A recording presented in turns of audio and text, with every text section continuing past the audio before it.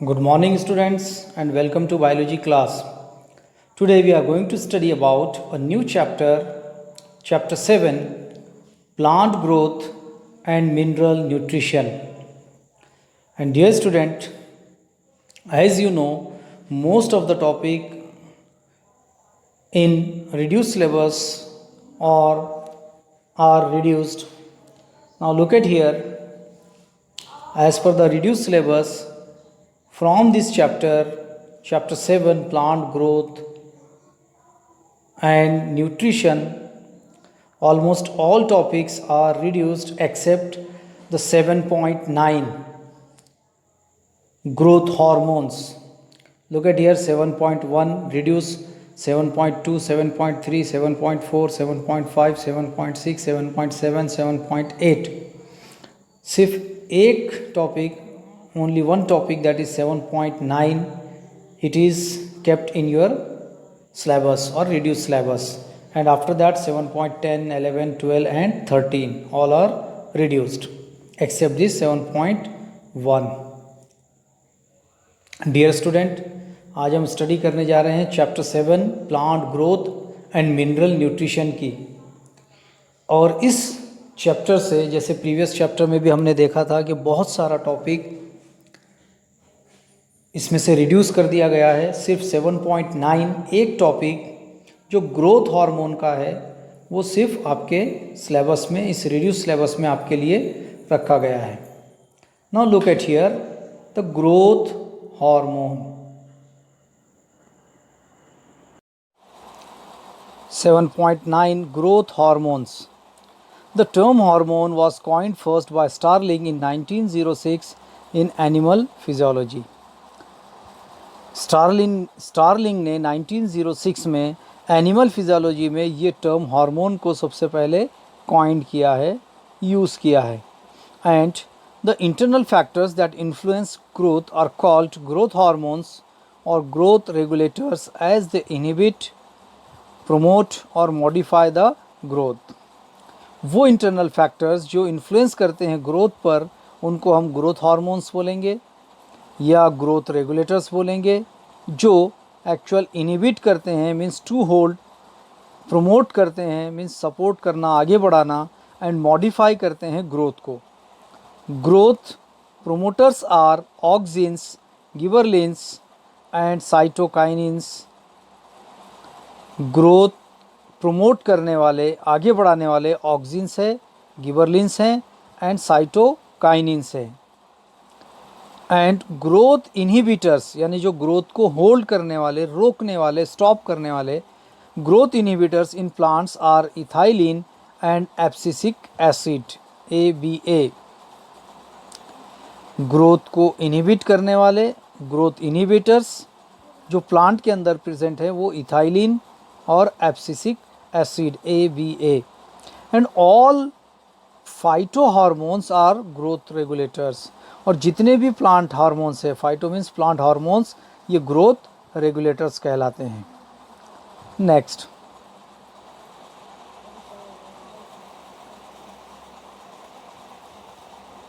According to थाइमन,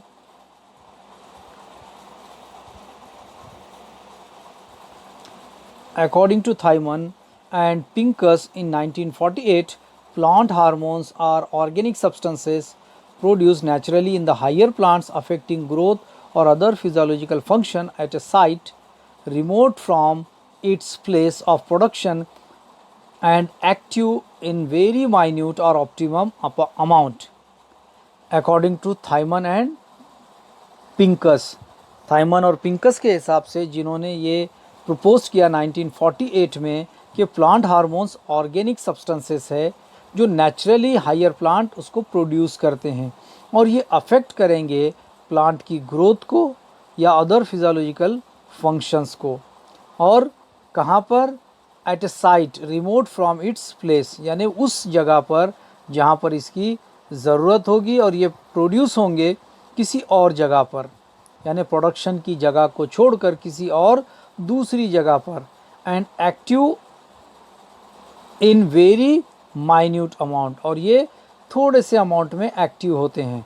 hormones are transported through phloem parenchyma. इसको actual Phillips ने बताया, propose किया 1971 में। एक्चुअल ये जो हार्मोन्स है ये ट्रांसपोर्ट किए जाते हैं फ्लोएम पैरेन्काइमा टिश्यूज़ से। आपको पता है जाइलम एंड फ्लोएम ये एक्चुअल ट्रांसपोर्टिंग या कंडक्टिंग टिश्यूज़ होते हैं, तो फ्लोएम पैरेन्काइमा इसके लिए रिस्पॉन्सिबल है। Got it student?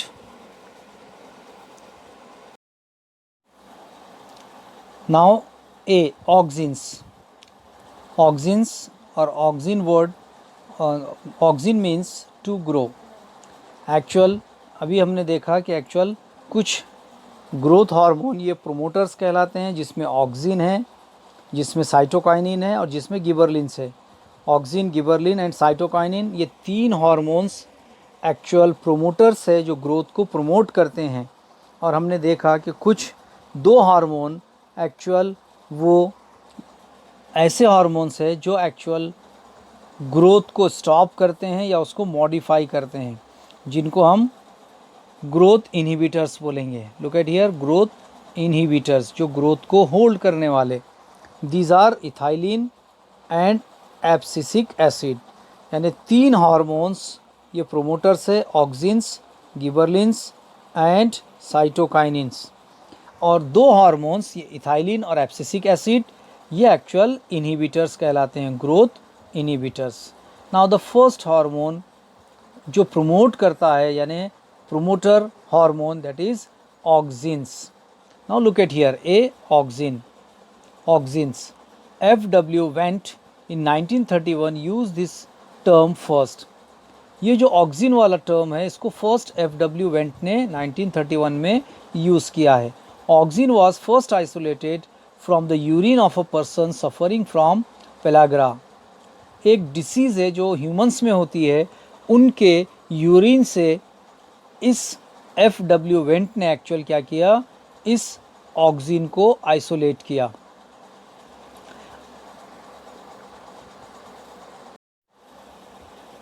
Pellagra actual humans को होने वाली एक ऐसी डिसीज़ है जो विटामिन बी या जिसको हम बोलेंगे विटामिन B3 के कमी से होती है। Vitamin B3 that is niacin की कमी से होने वाली जो डिसीज़ है वो that is pellagra disease. Now Kogl and H. Smith in 1931 actual इसको आइसोलेट किया था एक पर्सन के यूरिन से, जिसको एक्चुअल एक डिसीज़ थी पेलाग्रा, और इसको आइसोलेट करने वाले जो साइंटिस्ट है उनका नाम है कॉगल एंड H. स्मिथ, 1931।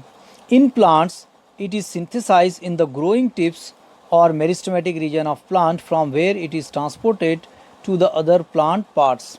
और प्लांट्स के अंदर इसको actual meristematic region of plant से इसको एक्चुअल आइसोलेट किया जा सकता है। ये एक्चुअल वहाँ पर सिंथेसाइज होते हैं, यानी जो ग्रोइंग टिप है या मेरिस्टेमेटिक रीजन है उस रीजन पर ये ऑक्सिन प्लांट प्रोड्यूस करते हैं और वहाँ से वो ट्रांसपोर्ट करते हैं अदर प्लांट पार्ट्स को। The most common and important natural auxin is indole 3 acetic acid IAA। जो कॉमनली जो बहुत सारे प्लांट्स के अंदर नेचुरली प्रोड्यूस होने वाला जो ऑक्सिन है वो एक्चुअल इंडोल 3 एसिटिक एसिड है, जिसका एब्रीविएटेड फॉर्म है IAA। Tryptophan is the primary precursor of IAA in plants, and it is the first hormone to be discovered in plants and is primarily responsible for cell elongation। Tryptophan एक ऐसा substance है जो raw material के तौर पर काम करता है IAA के सिंथेसिस के लिए, और इसको या ये जो हार्मोन है IAA, इसको फर्स्ट ऐसा हार्मोन जो प्लांट में, ये वो फर्स्ट हार्मोन है जो प्लांट में डिस्कवर किया गया है, एंड ये रिस्पॉन्सिबल है सेल एलोंगेशन के लिए। It shows polar transport, basipetal transport in stem.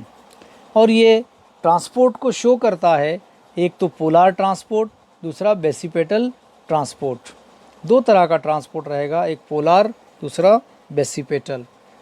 And now the synthetic auxin like IBA, indole butyric acid, हमने देखा इंडोल 3 एसिटिक एसिड IAA, और ये IBA means indole butyric acid, and NAA naphthalene acetic acid, 2,4-D यानी phenoxy acetic acid etcetera are used. अब बहुत सारे हम synthetic oxygen use करते हैं, जिसमें एक है IBA इंडोल ब्यूट्रिक एसिड, दूसरा है NAA naphthalene acetic acid, and 2,4-D picloro that is phenoxy acetic acid etcetera. अब इसके फिजियोलॉजिकल इफ़ेक्ट क्या है ये हम देखेंगे, या physiological effects and applications of oxygens. Oxygen के फिजियोलॉजिकल इफ़ेक्ट और उसके application means uses. The primary effect is cell enlargement. इसका सबसे पहला इफ़ेक्ट जो रहेगा वो सेल इलॉन्गेशन या एनलार्जमेंट को लेकर रहेगा। In most of the higher plants growing apical bird inhibit the growth of lateral birds. और बहुत सारे हायर प्लांट में जो ग्रोइंग अपाइकल बर्ड्स है, यानी जो सबसे ऊपर की बर्ड होती है, टिप जो होता है प्लांट का, ये टिप एक्चुअल क्या करेगी, इनहिबिट करेगी लैटरल बर्ड की ग्रोथ को। इनहिबिट यानी होल्ड करना या रोकना, टू स्टॉप करना, टू होल्ड और to stop. This is called as apical dominance. For example, अगर प्लांट के अंदर ग्रोथ होती है तो उसका टिप जो है सबसे ज़्यादा ग्रोथ करता है एज़ कम्पेयर टू ब्रांचेस। तो ये एक्चुअल होल्ड किया जाता है इसी हार्मोन्स के थ्रू, यानी एक्चुअल ये हार्मोन क्या करेंगे, अपाइकल बर्ड की ग्रोथ को हेल्प करेंगे, और यही हार्मोन्स एक्चुअल अपाइकल बर्ड तो ग्रोथ करते हैं, लैटरल बर्ड को क्या करते हैं, इनहिबिट करते हैं उसकी ग्रोथ को। Next, oxygen stimulate growth of stem and root, और ये स्टिमुलेट करता है, बढ़ाता है स्टेम और रूट की ग्रोथ को। And oxygen induces multiplication of cells and used in tissue culture experiment to produce callus. अब ऑक्सीजन सेल के मल्टीप्लिकेशन के लिए भी रिस्पॉन्सिबल है। ऊपर हमने देखा एनलार्जमेंट या इलॉन्गेशन के लिए, यानी सेल को एनलार्ज करेगा, दूसरा सेल का मल्टीप्लिकेशन भी करेगा। इसीलिए इसको टिश्यू कल्चर जो एक्सपेरिमेंट्स होते हैं उनके लिए यूज़ किया जाता है, कैलस प्रोड्यूस करने के लिए। असल में कैलस ये सेल का अनरिकॉग्नाइज्ड मास है, यानी एक सिंगल सेल, या अगर हम छोटा सा एक टिश्यू लेंगे और उस टिश्यू को इस टिश्यू कल्चर एक्सपेरिमेंट में अगर हम कल्चर करते हैं तो उसके बाद वो एक्चुअल बहुत सारे नंबर ऑफ सेल्स प्रोड्यूस करता है, जिसको हम कैलस बोलेंगे, जो अनआइडेंटिफाइड रहेगा। And it stimulate formation of lateral and adventitious roots. और इसका दूसरा या नेक्स्ट एडवांटेज रहेगा कि ये लैटरल और एडवेंटिशियस रूट को स्टिमुलेट करेगा। आपको पता है जैसे रूट्स है तो रूट्स के हमारे रूट के मेनली दो टाइप आते हैं, एक जिसको हम बोलेंगे टैप रूट, दूसरा एडवेंटिशियस। तो टैप रूट के अंदर ये लैटरल ब्रांचेस के फॉर्मेशन के लिए हेल्प करता है। And these are marked as synthetic herbicides, और इसी ऑक्सीजन को हम सिंथेटिक हर्बिसाइड्स भी कहते हैं। हर्बिसाइड्स यानी एक्चुअल वो जो एक्चुअल हर्ब्स को किल करे, यानी जो क्रॉप को छोड़कर अदर देन क्रॉप जो भी प्लांट्स डेवलप होते हैं उनकी ग्रोथ को रोक देना, दैट इज़ हर्बिसाइड्स, या उनको किल कर देना। Example 2,4-D means dichloro phenoxy acetic acid, 2,4-dichlorophenoxy acetic acid, and it kills dicot weeds without affecting monocot crop plant। और ये जो 2,4-D ये एक्चुअल में यूज़ किया जाता है उन वीड्स को, यानी अदर देन क्रॉप जो भी प्लांट्स डेवलप होंगे उनको ख़त्म करने, किल करने के लिए। और ये किल करता है डाइकॉट वीड्स को, किसको छोड़कर, मोनोकॉट क्रॉप प्लांट्स को छोड़कर। And the seedless fruit like orange, lemon, grapes, banana etcetera are produced by application of oxygen. और जो भी सीडलेस फ्रूट्स हैं, जैसे एग्जाम्पल है यहाँ पर orange, lemon, grapes and bananas, इनको हम जनरली सीडलेस प्रोड्यूस करते हैं, तो उसके लिए ऑक्सिन को यूज़ करते हैं, दैट इज़ इंड्यूस्ड पार्थेनोकार्पी बोलेंगे हम इसको। And auxins promote cell division in cambium and also cause early differentiation of xylem and phloem.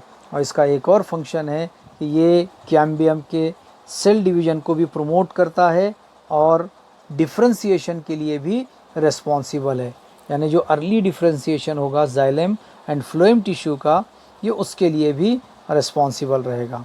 And next it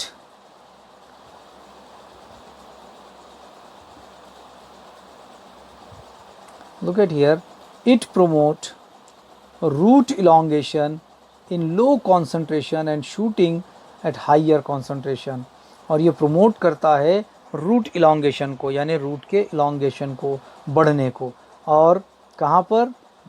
जहाँ पर concentration कम हो, and shooting at higher concentration। और shoot यानी प्लांट का वो पार्ट जिसको हम स्टेम बोलेंगे, ऊपर वाला पार्ट जो ग्राउंड के ऊपर होता है, वहाँ पर हाइयर कॉन्सेंट्रेशन में भी हेल्प करेगा और रूट्स को लोअर कॉन्सेंट्रेशन में भी उनकी ग्रोथ को, इलॉन्गेशन को प्रमोट करेगा। And it also hastens early rooting in propagation by cutting. और इसका एक और यूज़ है अर्ली रूटिंग उनके लिए जो प्रोपगेशन करते हैं कटिंग मेथड को यूज़ करके, यानी प्रोडक्शन ऑफ प्रोपिग्यूल्स। आपको पता है टिश्यू कल्चर में हम कटिंग मेथड को यूज़ करके एक्चुअल बहुत सारे प्लांट्स को प्रोड्यूस कर सकते हैं शॉर्ट टाइम में। वहाँ पर ये अर्ली रूटिंग के लिए ऑक्सिन रिस्पॉन्सिबल है। Next, foliar spray of NAA and 2,4-D induces flowering in litchi and pineapple. और जैसे अगर हम देखें, डिस्कस करें,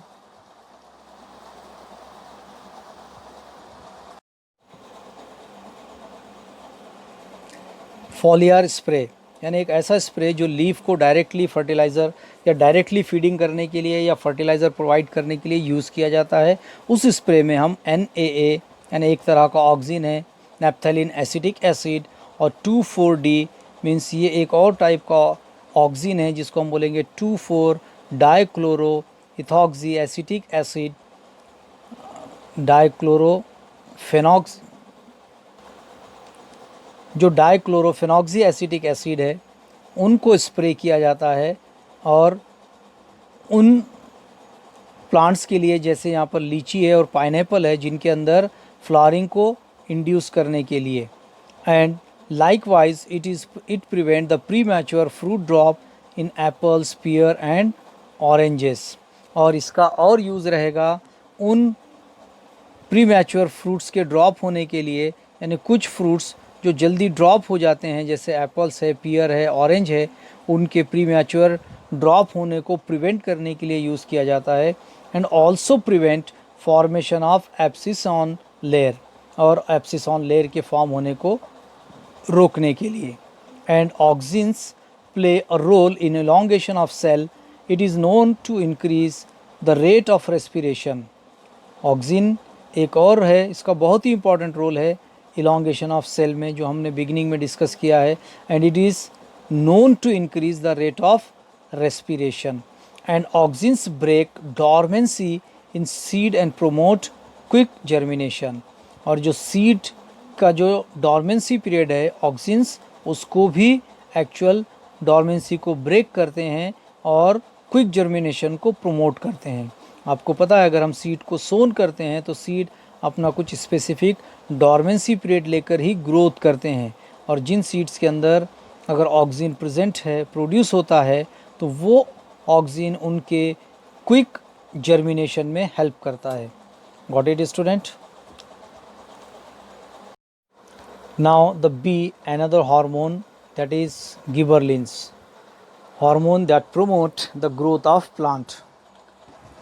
It is another growth promoting hormone and it is abundant in root tip and developing seeds. ये जो hormone है ये अनदर ग्रोथ प्रोमोटिंग हार्मोन है और ये abundantly प्रेजेंट होता है रूट टिप में और सीड्स में या डेवलपिंग सीड्स में। यानी ये दो रीजन में सबसे ज़्यादा रहेगा, सीड्स में और रूट्स में।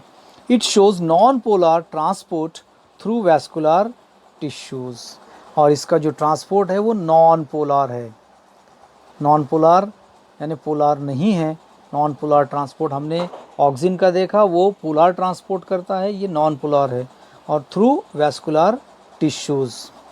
Now gibberellins were first isolated from the fungus Gibberella fujikoroi by Japanese scientist Kurosawa in 1926। इस गिबरलिन्स को सबसे पहले आइसोलेट किया, निकाला एक फंगस से, जापानीज साइंटिस्ट ने। उस फंगस का नाम है गिब्बरेला फ्यूजिकोरॉय, और ये जापानीज साइंटिस्ट ने इसको आइसोलेट किया था। उनका नाम है Kurosawa 1926। He observed that when rice plant was infected by fungus Gibberella fujikoroi, it shows extensive stem elongation called Bacon disease। उसने ऑब्ज़र्व किया कि जब भी राइस प्लांट इन्फेक्ट होता है एक फंगस से, फंगस गिब्बरेला से, तो वो फंगस का स्टेम जो है वो बहुत ज़्यादा एक्सटेंसिव यानी बहुत ज़्यादा इलोंगेशन को शो करेगा, यानी स्टेम का इलोंगेशन बहुत ज़्यादा रहेगा, जिसको बैकेन डिसीज़ कहते हैं। The crystalline form of gibberellins were isolated by Yabuta and Sumiki in 1938 from the fungus culture. और उसके बाद जो क्रिस्टलाइन फॉर्म है गिबरलिन्स का, उसको आइसोलेट किया दो साइंटिस्ट ने, जिनका नाम है याबुटा एंड सुमिकी 1938 में। और कहाँ से? फंगस कल्चर से, यानी जब इन्होंने फंगस को कल्चर किया तब। They named it as a gibberellin, और उन्होंने इसको नाम दिया gibberellin. It is synthesized in young leaves, seeds, roots and stem tip, और उन्होंने इसको सिंथेसाइज किया यंग लीफ से, यानी जो नए पत्ते हैं उनसे, सीड से, रूट से और स्टेम की टिप से। These are synthesized from mevalonic acid, और ये सिंथेसाइज किया उन्होंने मेवेलोनिक एसिड से। And more than 150 chemical types are known so far. अब इसके जो है बहुत सारे यानी मोर देन 150 केमिकल टाइप्स हैं। And GA3 is the most common and biologically active form, और इसका गिबरलिन का जो एक्टिव फॉर्म है उसका नाम है GA3। Chemically it contains a gibbane ring, a cyclic diterpene with 4 isoprene units. अब ये इसका एक्चुअल केमिकल स्ट्रक्चर है, जिसके अंदर केमिकली एक गिबियन रिंग होता है और एक साइक्लिक डायटरपीन, और जिसके 4 आइसोप्रीन यूनिट्स होते हैं। यानी ये केमिकल जो इसका स्ट्रक्चर है गिबरलिन का GA3 का, वो इस तरह से है। नाउ इसके हमको फिजियोलॉजिकल इफ़ेक्ट्स और एप्लीकेशंस देखने हैं। Physiological effects and applications of गिबरलिन्स। First one, dormancy of bird can be broken by gibberellin treatment. अगर बर्ड्स है तो बर्ड का जो डॉर्मेंसी है उसको हम एक्चुअल ब्रेक कर सकते हैं गिबरलिन के यूज़ से। And it can promote seed germination in cereals like barley and wheat, और ये प्रमोट करता है सीड जर्मिनेशन को सीरियल्स यानी जैसे बार्ली है और व्हीट है उनके अंदर ये प्रमोट करेगा इसको सीड जर्मिनेशन को। And by synthesising hydrolysing enzyme amylase to produce sugar, और ये इसको एक्चुअल हेल्प करेगा एक तरह का हाइड्रोलाइजिंग एंजाइम अमाइलेज प्रोड्यूस करके या प्रोड्यूस करने के लिए जो शुगर प्रोड्यूस करता है। And the most striking effect of it is the elongation of stem where internodes increase in length. यानी गिबरलिन का जो मोस्ट स्ट्राइकिंग इफेक्ट है वो इलोंगेशन ऑफ स्टेम है। हमने इससे पहले देखा ऑक्सिन में इलोंगेशन ऑफ सेल, यहाँ पर इलोंगेशन ऑफ स्टेम, और जिसके अंदर इंटरनोड का जो साइज़ है वो बहुत ज़्यादा बढ़ जाता है, इंक्रीज़ होता है। It also promote bolting that is elongation of internode just prior to flowering in plants, those with rosette habit. और ये प्रोमोट करता है बोल्टिंग को, यानी इलांगेशन ऑफ इंटरनोड को भी, कब? Just prior flowering in plant, और फ्लावरिंग से पहले उन प्लांट्स में जो एक्चुअल रोजेट हैबिट रखते हैं, एग्जाम्पल बीट, कैबेज एक्सेट्रा। यानी ऐसे प्लांट में ये इंटरनोड को भी क्या करता है? इलांगेट करता है। कब? उनके फ्लावर प्रोड्यूस होने से पहले। और कौन से प्लांट्स में?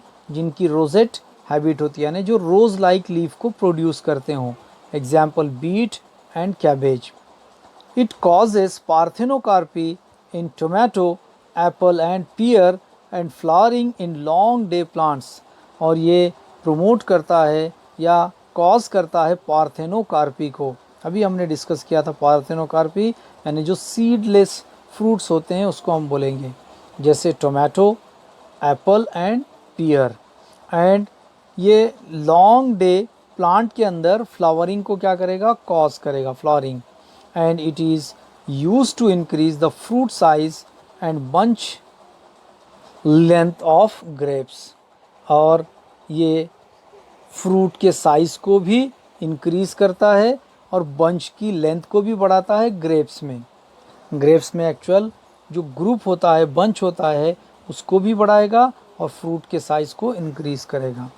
When the gibberellins are applied on genetically dwarf plants like maize, the stem rapidly elongates and acquires the height of normal tall variety of maize। और अगर हम इसको यूज़ करते हैं, गिबरलिन्स को अप्लाई करेंगे उन प्लांट्स पर जो जेनेटिकली डॉर्फ प्लांट्स है, तो उनके स्टेम की ग्रोथ रैपिड होगी और वो normal toll varieties of maize को एक्चुअल अप्लाई करेंगे, एक्वायर करेंगे, sorry. And applications of gibberellins overcome the requirement of the vernalization. और वेर्नलाइजेशन मीन्स इंड्यूस करना फ्लावरिंग को प्लांट में, and usually it inhibit the growth of roots, delays senescence and prevent abscission. ये actual growth, root की growth को inhibit करता है, यानी होल्ड या स्टॉप करता है, और डिले करता है, यानी देरी करता है सेनिसेंस में। Senescence means loss of power of plant for sale division and growth. तो जो सेल डिवीजन और ग्रोथ की जो पावर है, वो जो लॉस होती है, दैट इज सेनिसेंस, उसको डिले करता है gibberellin. And prevent abscission. Abscission मतलब एक्चुअल एजिंग ऑफ प्लांट, या प्लांट पार्ट का जो एज्ड होना, उसको भी ये प्रिवेंट करेगा। And it also break dormancy of seeds and hasten germination. और ये एक्चुअल ब्रेक करता है डॉर्मेंसी को भी तोड़ेगा, डॉर्मेंसी ऑफ सीड्स को, और हैस्टेन करेगा जर्मिनेशन को। And application of gibberellin cause the production of male flowers on female plant. और इसका एक और एप्लीकेशन है कि ये मेल फ्लावर्स को प्रोड्यूस कर सकता है फीमेल प्लांट पर। Got it student? अगर आपको इस टॉपिक से रिलेटेड कोई भी डाउट्स या क्यूरीज़ है तो आप मुझे पूछ सकते हो। Thank you and have a nice day.